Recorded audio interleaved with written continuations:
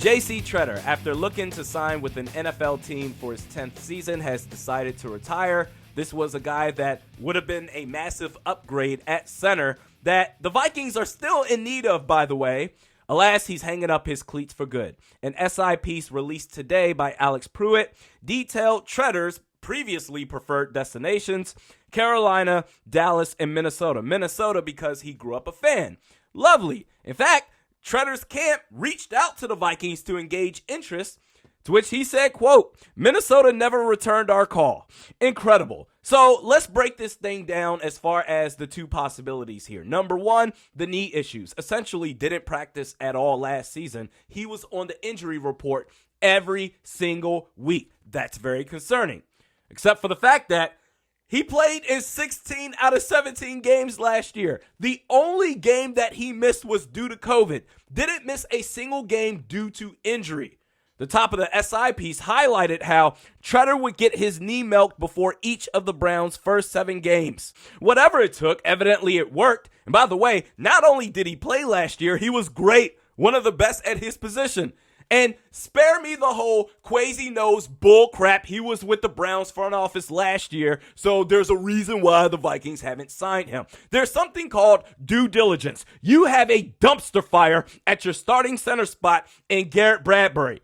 To not bring Tretter in for a workout or a physical is crazy. Even a physical. The team doctors can literally give a medical yay or nay. That would be a waste of time. All the while, I just love how we're all fully aware of how bad a player that Garrett Bradbury is. But at the same time, we have these incredible ass standards for a potential replacement. You do realize that in crossing your arms against J.C. Tretter, you are then, by association, also defending Garrett Bradbury's honor. A fresh ribeye steak in the fridge. Now, you're going to have to spend some time to smoke and sear it to get it at its best.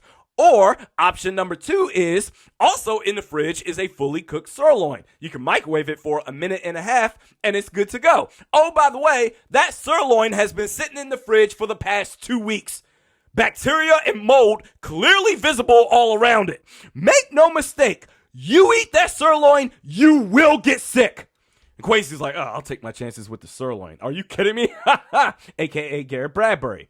Now, it could be the knee issues, or it could be item number 2, his position, J.C. Tretter, his position as president of the NFL Players Association, which he said himself, quote, "My NFLPA job is going to end my career well before my knees do."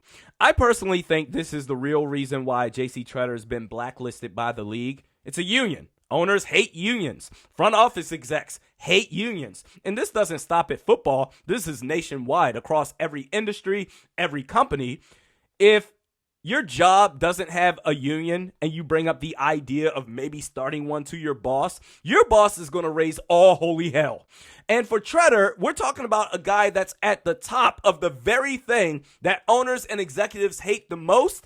So to me, that's more plausible than, well, I don't need to see an MRI on his knees even though he just played 16 games. But, all right.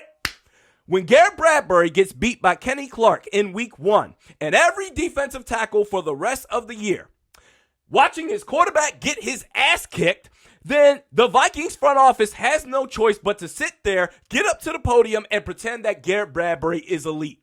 If you're going to allow office politics to influence your decision-making, even if it means putting your team in a compromised position, you don't have the right to then act concerned when things go awry.